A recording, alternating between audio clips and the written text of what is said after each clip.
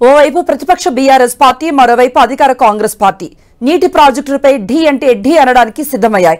కృష్ణా ప్రాజెక్టులపై ప్రధాన ప్రతిపక్ష పార్టీ, గోదావరి ప్రాజెక్టులపై అధికార పార్టీ రేపు క్షేత్రస్థాయిలో తమ కార్యాచరణ అమలు చేసేందుకు ముహూర్తాన్ని ఫిక్స్ చేసుకున్నాయి. పార్లమెంట్ ఎన్నికలకు కృష్ణా జలాల సాధన పిలుపుతో బహిరంగ సభ ద్వారా గులాబీ పార్టీ ఎన్నికల శంఖారావం పూరించేందుకు రెడీ అవుతోంది. చలో నల్గొండ పేరుతో కేఆర్ఎంబీ పరిధిలోకి కృష్ణా ప్రాజెక్టులను తేవడాన్ని నిరసిస్తూ గులాబీ పార్టీ బహిరంగ సభ నిర్వహిస్తోంది. రాష్ట్రంలో పార్లమెంట్ ఎన్నికలకు రాజకీయ వేడి రాజుకుంది. అసెంబ్లీ ఎన్నికల తర్వాత కొద్ది నెలల్లోపే పార్లమెంట్ ఎన్నికలు ఎదుర్కోవాల్సి రావడంతో అధికార పార్టీని ఎదుర్కొనేందుకు బీఆర్ఎస్ అందివచ్చిన ప్రతి అవకాశాన్ని అస్త్రంగా మలుచుకునేందుకు రెడీ అవుతోంది. చలో నల్గొండ సభతో బీఆర్ఎస్ అధినేత కేసీఆర్ పార్లమెంట్ ఎన్నికల రంగంలో దిగుతుండటంతో గులాబీ నేతలు సభను విజయవంతం చేసేందుకు అన్ని జాగ్రత్తలు తీసుకుంటున్నారు. కృష్ణా బేసిన్లో మహబూబ్ నగర్, నల్గొండ, ఖమ్మం, రంగారెడ్డి, హైదరాబాద్ జిల్లాల నుంచి ప్రజల్ని తరలించాలని పార్టీ నిర్ణయం తీసుకుంది. జన సమీకరణ కోసం అన్ని జిల్లాల్లో కూడా నియోజకవర్గ స్థాయి సమావేశాల్ని నిర్వహించింది. ఉమ్మడి నల్గొండ జిల్లాలో అన్ని నియోజకవర్గాల నుండి జనం భారీగా హాజరయ్యేందుకు అనుగుణంగా బీఆర్ఎస్ నియోజకవర్గాల వారీగా ఇన్ఛార్జీలు నియమించి జన సమీకరణపై ఫోకస్ పెట్టింది.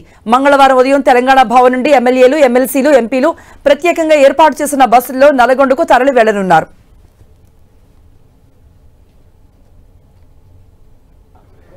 కృష్ణానది నీటి నిర్వహణ విషయంలో కాంగ్రెస్ ప్రభుత్వ తీరుకు నిరసనగా రేపు భారీ బహిరంగ సభకు బీఆర్ఎస్ ఏర్పాటు చేస్తూ ఉంది. నల్గొండ సమీపంలో ఉన్నటువంటి మరిగూడ బైపాస్లో ఈ సభ భారీగా నిర్వహించేందుకు కూడా ఏర్పాటు చేస్తున్నారు. ప్రస్తుతం మనతో ఇటు మాజీ మంత్రి జగదీష్ రెడ్డి ఉన్నారు. సార్ చెప్పండి, రేపు సభ ఎన్ని గంటలకు ప్రారంభమవుతుంది? మాజీ సీఎం కేసీఆర్ ఎన్ని గంటలకి ఈ సభకు వస్తారు? మొత్తం ఉమ్మడి జిల్లా వ్యాప్తంగా ఎంతమంది తరలించే అవకాశం ఉంది? రేపు మధ్యాహ్నం 3 గంటలకు ఇక్కడ సభ ప్రారంభమవుతుంది. జిల్లా వ్యాప్తంగా కాకుండా పక్క జిల్లాల నుంచి కూడా కృష్ణా పరివాహక ప్రాంతం అన్ని గ్రామాల నుంచి కూడా ప్రజలు పెద్ద ఎత్తున కదులుతున్నట్టుగా మాకు సమాచారం ఉంది. తప్పకుండా లక్షల్లోనే ప్రజలు హాజరవుతున్నట్టుగా తెలుస్తుంది.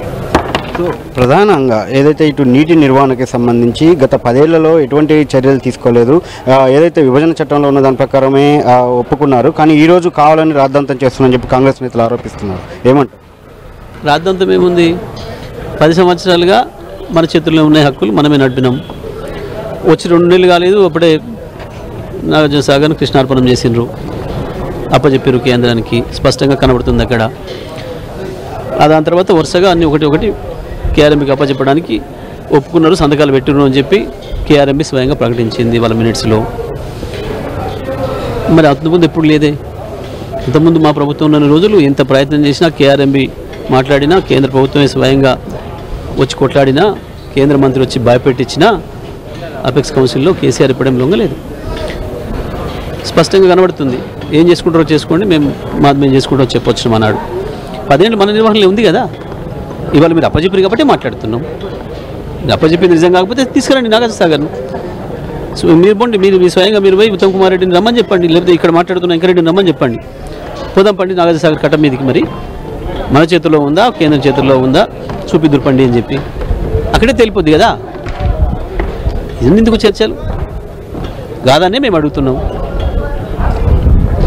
ఉమ్మడి నల్గొండ జిల్లాలో పెండింగ్లో ఉన్న ఏ ప్రాజెక్టుని పట్టించుకోకుండా ఉత్తర తెలంగాణ ప్రాజెక్టులు మాత్రమే చేశారు. ఉమ్మడి నల్గొండ జిల్లాకు అన్యాయం చేసిందే కేసీఆర్ కాబట్టి ముక్కు నేలకు రాసి క్షమాపణ చెప్పిన తర్వాతే నల్గొండలో అడుగు పెట్టాలని చెప్పి నిన్న కాంగ్రెస్ మంత్రి కోమటిరెడ్డి వెంకరెడ్డి అంటున్నారు. కోమటిరెడ్డిగా చిల్లర మాటలు మాట్లాడతాడనే సంగతి మనందరూ కూడా తెలుసు. బాగా కొంచెం మతిస్థిమితం తప్పినట్టు కూడా మాట్లాడుతుండే సంగతి మనం తెలుసు. ఒకవేళ ముఖ్య నెలకు రాయాల్సి వస్తే మొత్తం ఈ రాష్ట్రంలో ఉన్న కాంగ్రెస్ నాయకులు మొత్తం వాళ్ళ ఊర్లో నుంచి హైదరాబాద్ దాకా రాయాలి. ఎందుకంటే ద్రోహులు వాళ్ళ సాక్షిగానే నల్గొండ జిల్లా నాశనం అయిపోయింది. ఫ్లోరిన్ మహమ్మారి లక్షల మందిని కబలించింది. వాళ్ళ సాక్షిగానే మహబూబ్నగర్లో 14 లక్షల మంది వలసలు పోయే దుస్థితికి వచ్చింది. వేలాది మంది ఆకలి చావులకు గురైనరు.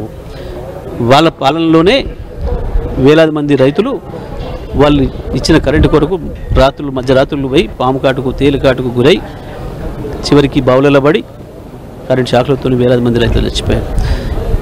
వాళ్ళందరికీ క్షమాపణలు చెప్పి వాళ్ళ ఇళ్ళలో పోయి కాలు మొక్కి రావాలి. వీళ్ళు ఈ దుర్మార్గులు గీవీలు మాట్లాడుతున్నారు. బుద్ధుండాలి మాట్లాడండి కొంచెం ఏమైనా. నల్గొండ జిల్లా కావచ్చు, మహబూబ్నగర్ జిల్లా కావచ్చు, తెలంగాణ రాష్ట్రంలో మీరు మాకు అప్పచెప్పినాడు రాష్ట్రాన్ని 40 లక్షల మెట్రిక్ టన్నుల ధాన్యం ఈ రాష్ట్రం నుంచి తీసింది.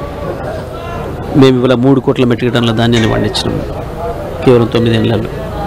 సో ఉండాలి మాట్లాడేటప్పుడు. రేపటి సభకు సంబంధించి ఏదైతే కృష్ణా నది నీటి నిర్వహణలో కాంగ్రెస్ ప్రభుత్వ తీరుకు నిరసనగా నీటి హక్కుల సాధన కోసం అని చెప్పి జంగు సైరన్ పేరుతో ఈ బీఆర్ఎస్ ఈ సభని నిర్వహిస్తున్న పరిస్థితి ఇక్కడ కనిపిస్తూ ఉంది. కెమెరా పర్సన్ వెంకన్నతో చంద్రశేఖర్, 10 టీవీ, నల్గొండ.